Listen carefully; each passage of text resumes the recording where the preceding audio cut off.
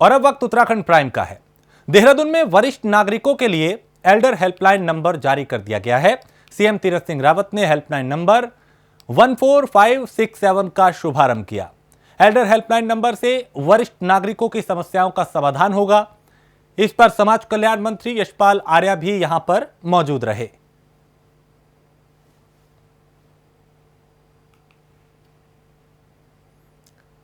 तो सीएम तीरथ सिंह रावत ने इसका शुभारंभ किया। बुजुर्गों की समस्याओं का समाधान होगा।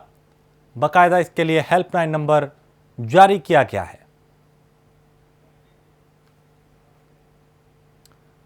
और उत्तराखंड के पूर्व मुख्यमंत्री त्रिवेंद्र सिंह रावत दिवंगत नेता इंदिरा हृदयेश की 13वीं में शामिल हुए। इस दौरान उन्होंने कहा कि इंदिरा हृदयेश जैसी वरिष्ठ नेता के साथ उनको बराबर काम करने का मौका मिला। यही नहीं, जब भी विधानसभा में कोई गतिरोध पैदा हुआ तो उनका हमेशा सकारात्मक रुख देखने को मिला और सदन में वो विपक्ष के तौर पे भी सत्ता पक्ष से सहमत रहती थी।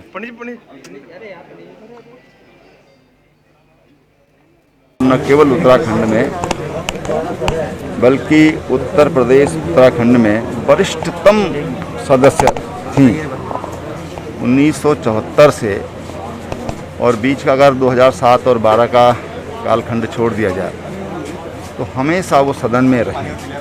उनके जीवन का एक लंबा अनुभव था और जिसका लाभ हम सब लोग लेते थे। कई बार विधानसभा में गतिरोध उत्पन्न हो जाता था। ये गतिरोध कैसे दूर हो सकता है, तो उसमें उनका बड़ा सकारात्मक सहयोग रहता था। और सदन में भी जब हम लोग बोलते थे और हम कहते थे कि विपक्ष जैसे विपक्ष का स्वभाव होता है, उसका दायित्व भी होता है कि सामान्यतः विरोध करता है। उधम सिंह नगर जिले के पंतनगर थाना क्षेत्र में नगला से हुई कार लूट का आज एसएसपी ने खुलासा कर दिया। घटना को अंजाम देने वाले 3 आरोपियों में से 2 आरोपियों को पुलिस ने गिरफ्तार कर लिया है। पुलिस ने आरोपियों से लूटी हुई कार, 315 बोर के 2 तमंचे और 4 कारतूस भी बरामद किए।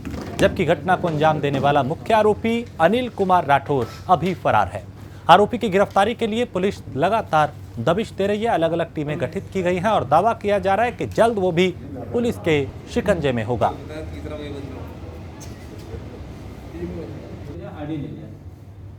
वो भी हमारे लिए बहुत महत्वपूर्ण उसके माध्यम से। और हरिद्वार के वानप्रस्थ आश्रम में कार्यक्रम का आयोजन किया गया, जिसमें नवनिर्मित विशेष अतिथि गृह का उद्घाटन किया गया। मुख्य अतिथि नीतू भंडारी ने अतिथि गृह का उद्घाटन किया और वानप्रस्थ आश्रम ज्वालापुर में रह रहे बुजुर्गों के लिए, विदेशों में रह रहे उनके परिजनों ने 5 कमरों का नवनिर्मित अतिथि गृह आश्रम बनवाया है। मौके पर पहुंची मुख्य अतिथि ने कहा कि बुजुर्गों के लिए वातानुकूलित ये कमरे उपहार स्वरूप उनके परिवारजनों ने दिए हैं। आदरणीय नीतू भंडारी वरिष्ठ पोस्ट अधिकारी माननीय प्रधान जी थे कि प्रधान जी मुक्का दे करके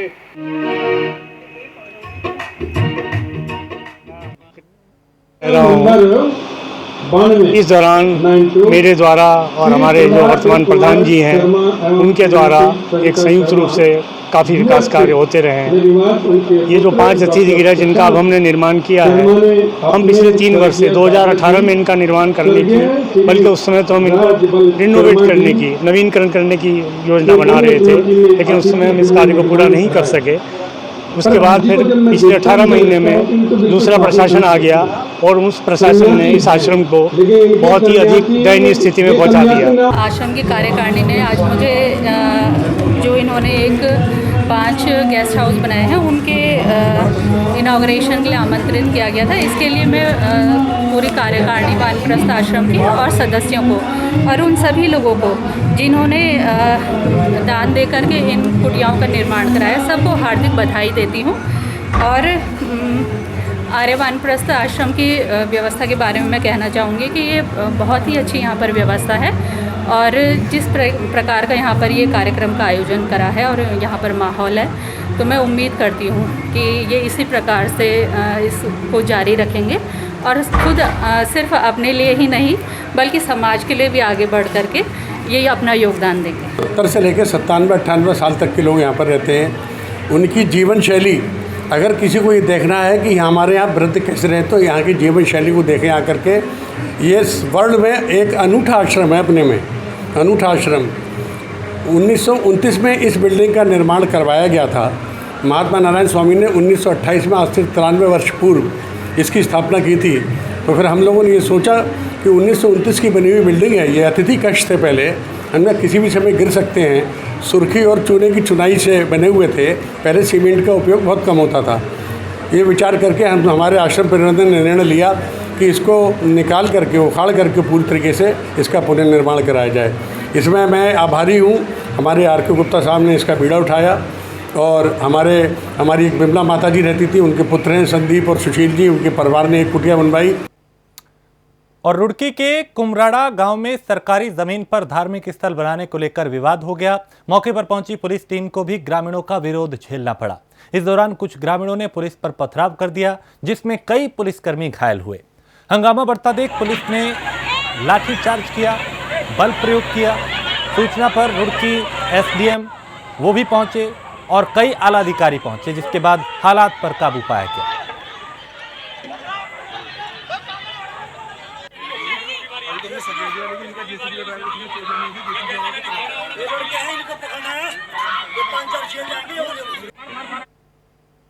हल्द्वानी में जिला विकास प्राधिकरण की टीम ने बड़ी कार्रवाई की है। सिटी मजिस्ट्रेट ऋचा सिंह ने अवैध रूप से बेसमेंट की खुदाई कर बनाए जा रहे कमर्शियल निर्माण को सीज कर दिया। साथ ही बेसमेंट की खुदाई में निकाले गए उपखनिज की जांच के लिए खनन विभाग को निर्देश दिए हैं। सिटी मजिस्ट्रेट ऋचा सिंह ने बताया कि शिकायत मिली थी कि जिला विकास प्राधिकरण की अनुमति के बिना बेसमेंट की खुदाई की जा रही है, जिसके बाद यह कार्रवाई की गई।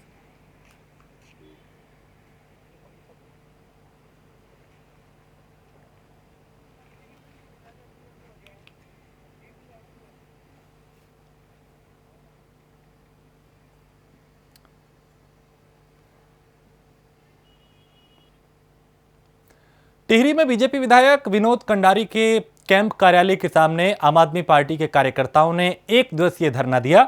आप कार्यकर्ताओं ने राज्य सरकार और स्थानीय विधायक के खिलाफ जमकर नारेबाजी की और कुंभ में कोरोना की फर्जी जांच घोटाले को लेकर कार्रवाई की मांग की है। साथ ही दोषियों पर कड़ी कार्रवाई की जाए, ऐसे नारे भी लगाए।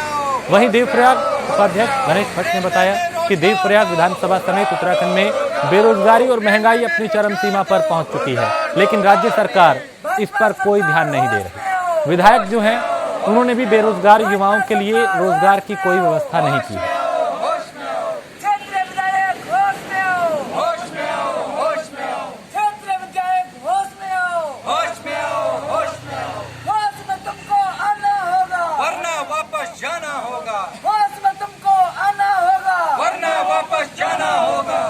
इस धरना प्रदर्शन के माध्यम से हम क्षेत्र विधायक सहित प्रदेश सरकार को चेताना चाहते हैं कि आपके 4 साल पूरे हो चुके हैं, लेकिन आज तक देवप्रयाग विधानसभा सहित समूचे उत्तराखंड में जो बेरोजगारी, महंगाई और पेयजल किल्लत बढ़ रही है, इसको रोकने को लेकर कोई प्रयास आपके द्वारा नहीं किया गया। हरिद्वार के कुंभ आयोजन में एक जांच किट से 700 लोगों की जांच की गई, हजारों लोगों की जान को आफत में डाला गया। इसकी जिम्मेदारी कौन लेगा? आखिर क्यों नहीं राज्य सरकार इनके खिलाफ जांच करवा रही है? अगर जांच करवाए तो न जाने कितने भारतीय जनता पार्टी के नेता, विधायक और मंत्री इस जांच के दायरे में आएंगे, कितने अधिकारी इस जांच के दायरे में। आज आम आदमी पार्टी इस धरना प्रदर्शन से मांग करती है कि भारतीय जनता पार्टी ने कुंभ घोटाले में जो कोरोना की आड़ में जो घोटाला किया, इसकी जांच होनी चाहिए, उच्च स्तरीय जांच होनी चाहिए और जितने नेता इसमें संलिप्त हैं उनको कठोर से कठोर सजा मिलनी चाहिए। और चमोली में आम आदमी पार्टी के कार्यकर्ताओं का अनोखा प्रदर्शन देखने को मिला, जिसमें कार्यकर्ताओं ने घड़े फोड़कर अपना विरोध जताया। पार्टी कार्यकर्ताओं का कहना है कि बीजेपी के पाप का घड़ा भर चुका है, इसे आम आदमी घड़ा फोड़कर बीजेपी की करनी और कथनी को जनता तक पहुंचाएगी। उन्होंने कहा कि उत्तराखंड सरकार का पाप का घड़ा भर चुका है और बीजेपी का अंत निकट है।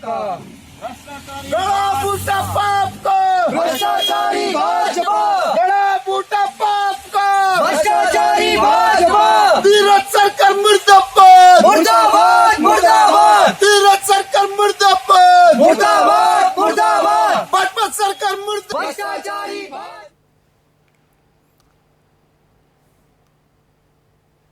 और अगली खबर उत्तरकाशी से है, जहां प्रभारी निरीक्षक अजय सिंह के नेतृत्व में पुलिस ने स्वायत्त उगे भांग के पौधों को नष्ट किया।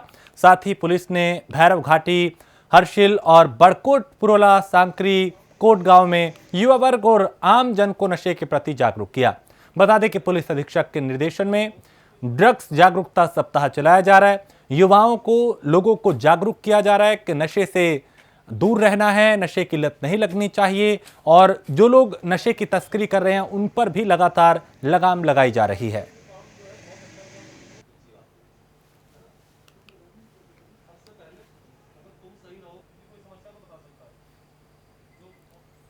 उत्तराखंड सरकार और प्रशासन ने कोरोना की तीसरी लहर को देखते हुए तैयारियां तेज कर दी हैं। मसूरी एसडीएम मनीष कुमार ने मसूरी होटल एसोसिएशन, व्यापार मंडल और पुलिस के साथ संयुक्त रूप से बैठक की। बैठक में सभी लोगों से आग्रह किया गया कि अपने अपने स्तर से ज़्यादा लोगों को कोरोना वैक्सीन लगाने के लिए जागरूक करें। कोरोना की दूसरी लहर में हुई जनहानि से सबक लेते हुए सरकार और प्रशासन ने तीसरी लहर से निपटने के लिए कार्य योजना तैयार की है, जिसको लेकर जिलाधिकारी देहरादून ने भी सभी उप जिलाधिकारियों को अपने स्तर पर ज़्यादा से ज़्यादा लोगों को जागरूक करने के लिए निर्देश दिया है। उन्होंने कहा कि समाज के जिम्मेदार लोग जो हैं वो आगे आएं, लोगों को जागरूक करें वैक्सीनेशन के प्रति, टीकाकरण के प्रति, ताकि कोरोना की तीसरी लहर से पहले तैयारियां की जा सकें। कोशिश की जाए कि उसका असर कम से कम हो पाए।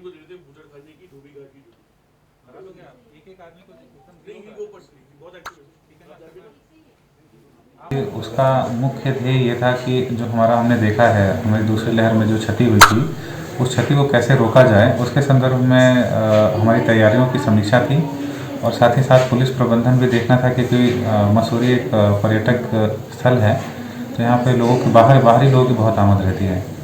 तो उसके संदर्भ में आज मीटिंग थी, सब ये सारे स्टेक होल्डर्स को बुलाया गया था और उनसे उनकी समस्याएं और उनके सुझाव दोनों लिए गए हैं।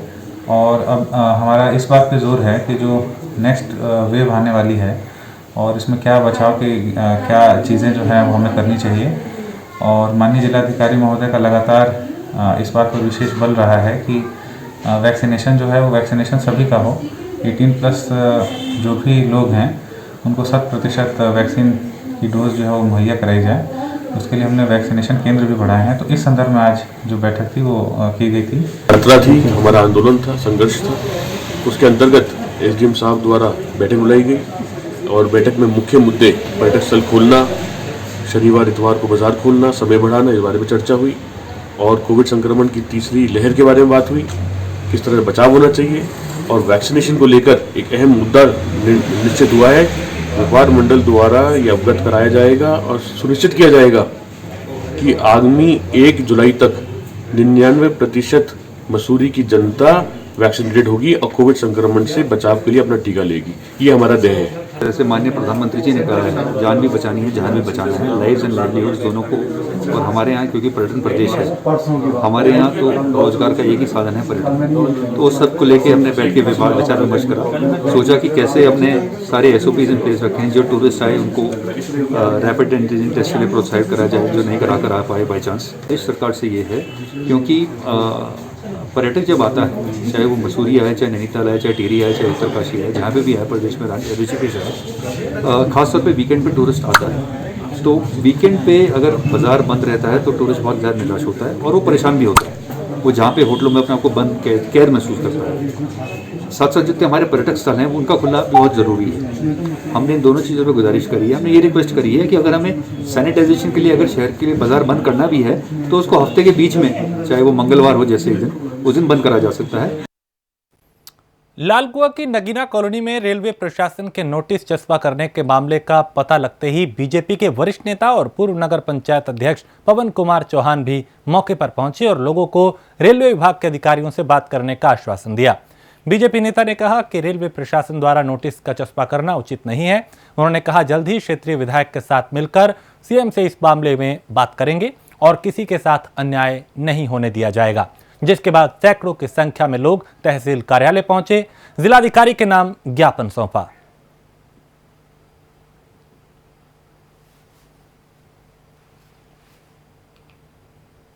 देखिए, मेरा पहले से ही, चूँकि गरीबों के साथ जब भी अन्याय होता है गरीबों के साथ होता है, और मैं चूँकि इन सब लोगों से बहुत करीब से जुड़ा हुआ हूँ।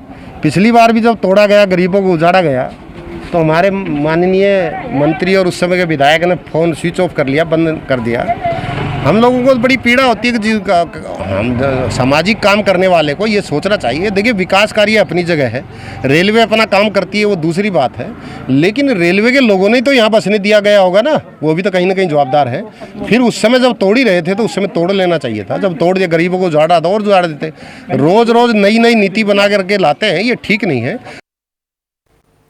नैनीताल विधायक संजीव आर्य की पहल से ग्रामीण क्षेत्र पटवानगर में वैक्सीन डोज का कैंप लगाया गया, यानी वैक्सीनेशन का कैंप लगाया गया, जिसमें सैकड़ों की संख्या में ग्रामीण क्षेत्रों के लोगों ने बढ़ चढ़कर हिस्सा लिया और लोगों ने विधायक का आभार व्यक्त किया। बीजेपी जिला मंत्री हरीश भट्ट ने बताया कि पहले ग्रामीण जो हैं वो वैक्सीन लगाने के लिए नैनीताल जाना उनको पड़ रहा था, लेकिन विधायक के प्रयास से यहाँ वैक्सीन लगाई जा रही है, यानी उनको दूरी तय नहीं करनी पड़ रही और उन्हीं के क्षेत्र में वैक्सीनेशन कराया जा रहा है।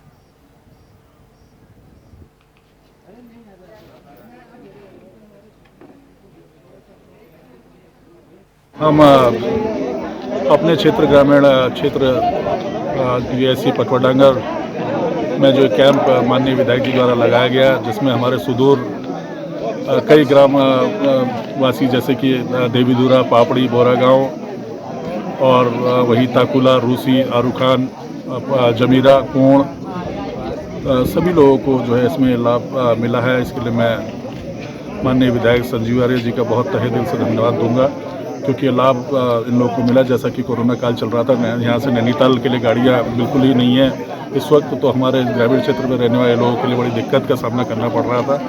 आदरणीय संजीव आर्य जी जो हमारे विधायक हैं, उनको कोटि कोटि धन्यवाद, क्योंकि उन्होंने हमारे इंटर कॉलेज पटवाडांगर जो आदर्श विद्यालय है, इसमें ये कैंप लगा के बहुत बहुत उनका धन्यवाद। उन्होंने हम पे कृपा की है, क्योंकि यहाँ दूर दूर गाँवों से लोग नहीं आ पाते, क्योंकि उनकी कई प्रकार की प्रॉब्लम, इंटरनेट में रजिस्ट्रेशन भी नहीं करा पाते, क्योंकि उनको ज्ञान ही नहीं है इंटरनेट का, और जिनको ज्ञान है वो नैनीताल जाना नहीं चाहते, क्योंकि बस की प्रॉब्लम है, बस नहीं रुकती, और भी कई प्रॉब्लम है। इसलिए उनका बहुत कोटि कोटि धन्यवाद संजीव आर्य जी। तो उत्तराखंड प्रदेश ग्राम प्रधान संघ के लोगों ने कैबिनेट मंत्री अरविंद पांडे का घेराव किया है। इस दौरान भारी संख्या में ग्राम प्रधान कैबिनेट मंत्री अरविंद पांडे के आवास पहुंचे और विभिन्न मांगों का ज्ञापन सौंपा। इस मौके पर भारी पुलिस बल भी मौजूद रहा।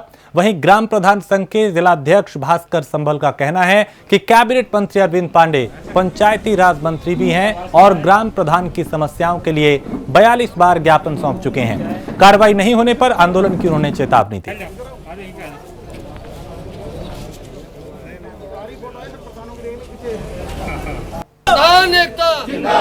जगजी तुम संघर्ष करो, हम तुम्हारे साथ हैं। जगजी तुम।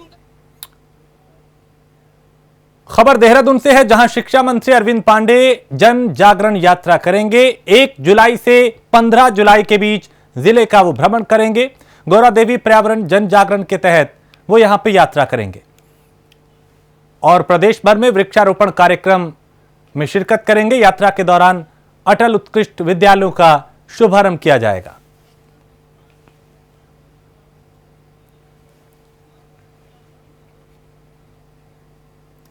और हरिद्वार में आम आदमी पार्टी के कार्यकर्ताओं ने जमकर प्रदर्शन किया, जिसमें प्रदेश उपाध्यक्ष ओपी मिश्रा ने प्रदेश सरकार पर जमकर निशाना साधा। उन्होंने कहा कि हरिद्वार कुंभ में करोड़ों का घोटाला हुआ, जिसमें RT-PCR जांच समेत अन्य घोटालों में इनका खुलासा होना चाहिए। प्रदेश की सरकार सभी जगह असफल नजर आ रही है। आम आदमी पार्टी ने चंद्राचार्य चौक से देवपुरा तक पैदल मार्च निकालकर विरोध किया। बीजेपी सरकार मुख्यमंत्री के इस्तीफे के लिए कुंभ में जो घोटाले हुए हैं, जैसे आपको अभी कल हमारे कार्यकर्ताओं कुछ गिरफ्तार किए गए, प्रदेश अध्यक्ष के घर पे धरना दिया गया, पुस्तकालय घोटाला, वैक्सीन का जो टेस्टिंग का घोटाला, कुंभ के बहुत सारे घोटाले। अभी तो शुरुआत है, आगे आगे यदि जांच हो तो बहुत सारे घोटाले खुलेंगे। इस बार जनता ने तय कर लिया है कि सरकार भ्रष्टाचार सरकार को, जो कुंभ में हिंदुओं के धर्म का बहुत बड़ी आस्था का केंद्र है, उसके साथ भ्रष्टाचार करा है इन्होंने। सरकार जनता इनको इस बात का मुंह तोड़ जवाब देगी, कांग्रेस को भी इसका जवाब मिलेगा। और खबर उत्तरकाशी से है, जहां जिलाधिकारी मयूर दीक्षित ने विकासखंड डुंडा के गाजड़ा पट्टी के धौंतरी, सीरी और भरथाली का भ्रमण किया। इस दौरान डीएम ने कहा कि उत्तरकाशी और टिहरी जिले के प्रवेश सीमा में चेकपोस्ट बनेगा ताकि हर आने जाने वाले पर नजर रखी जा सके।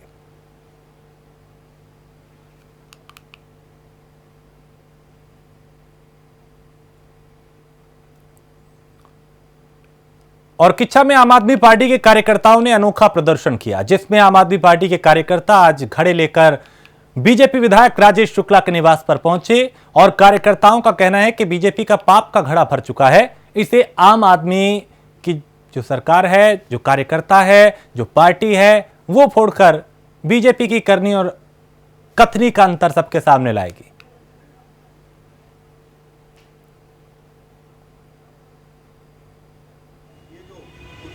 आज जो आम आदमी पार्टी का यहाँ पर प्रदर्शन था विधायक कार्यालय के सामने, ये जो उत्तराखंड सरकार है इसने कुंभ के अंदर जो कुंभ मेले के बीच में जो कोरोना की जांच हो रही थी, उस जांच में इन्होंने बहुत बड़ा घोटाला कर दिया और इस घोटाला सबके सामने आ चुका है। जांचें हुई नहीं, फर्जी नाम भरे गए, लाखों की संख्या में इस तरीके से जांचें की गई और लाखों की संख्या में लोगों की जाँच करके और फर्जी जो है रिपोर्टें तैयार करी गई।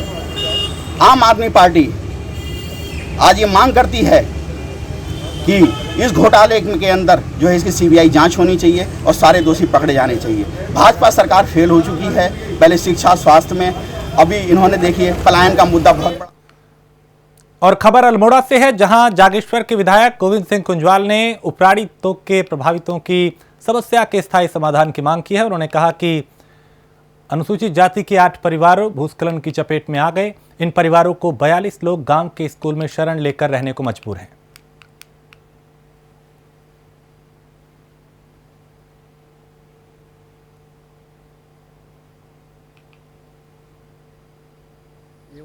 धौला बटियाड़ ग्राम सभा के जो अनुसूचित जाति का उपराड़ी तोक है, उस तोक में पिछले समय अतिवृष्टि के कारण दोनों तरफ से, मकानों के दोनों तरफ से जो है बहुत बड़ा मलबा चला गया है। उससे खेतों में बड़ा नुकसान हुआ है और एक नया मकान उससे ध्वस्त हो चुका है। वहाँ के लोग बहुत डरे हुए हैं और उन्होंने विद्यालय में शरण ली है और तब से विद्यालय में रह रहे हैं। और मैं समझता हूँ जिस तरह से विस्थापित लोगों को सरकार की तरफ से उनके खाने पीने की व्यवस्था होती है, वो भी शायद उतनी संभव नहीं हो पाई है जितनी उनको मिलनी चाहिए थी। उससे भी वो परेशान हैं, तमाम प्रकार की उनकी परेशानी है और मैंने स्वयं उसका निरीक्षण किया है। और जोशीमठ के ओली क्षेत्र में बादल फटने से ओली नाला और उसके आसपास के बरसाती नाले उफान पर हैं, जिसके बाद सड़क पर मलबा आने से रास्ते बंद हो गए हैं और लोगों को कई तरह की परेशानियों का सामना करना पड़ रहा है।